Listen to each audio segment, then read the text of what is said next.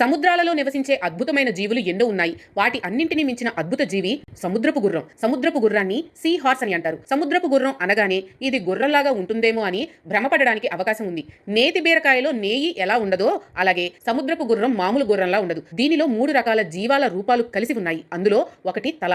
ఇది గుర్రం తలలాగా ఉంటుంది. అందుకనే ఈ జీవికి నీటి గుర్రం అనే పేరు వచ్చింది. తల దగ్గర నుండి తోక వరకు మొసలిని పోలి ఉంటుంది. మొసలికి ఉన్నట్లుగానే శరీరం నిండా బొడిపెలు కొనలు తేలి ఉంటాయి. ఇక తోక చూస్తే అచ్చం పాము తోకలా కనిపిస్తుంది. ఇలా 3 రకాల ఆకారాలు దీనిలో కలిసిపోయి ఉన్నాయి. ఉప్పు నీటి సముద్రాలలో నివసించే జీవి ఇది. అదిగాక వేడిగా ఉండే సముద్ర తీరాలు దీనికి ఆవాసాలు. సముద్రాలలో గుబురుగా ఉండే లతలు తీగల్లో నివాసం ఉంటుంది. నీటి గుర్రం అనే పేరు ఉన్నా దీనిని కూడా చేప జాతుల్లో చేర్చారు. సింగ్నాథైడ్ అనే చేపల కుటుంబానికి చెందింది అని అంటున్నారు. పొడవు చాలా తక్కువే. 4 సెంటీమీటర్ల నుండి 30.5 సెంటీమీటర్ల వరకు పొడవుంటుంది. ప్రపంచం మొత్తం మీద 50 రకాల నీటి గుర్రాలు ఉన్నాయట.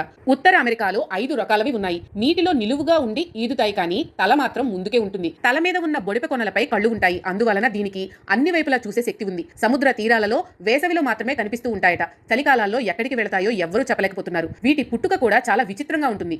మగనీటి గుర్రం పొట్ట దిగువన సంచి ఉంటుంది. ఆ సంచిలో ఆడనీటి గుర్రం గుడ్లు పెడుతుంది. ఆ గుడ్లను మగనీటి గుర్రమే పొదుగుతుంది. ఇలా 45 రోజులు గడిస్తే పిల్లలు బయటకు వస్తాయి. విచిత్రంగా ఉంది కదా.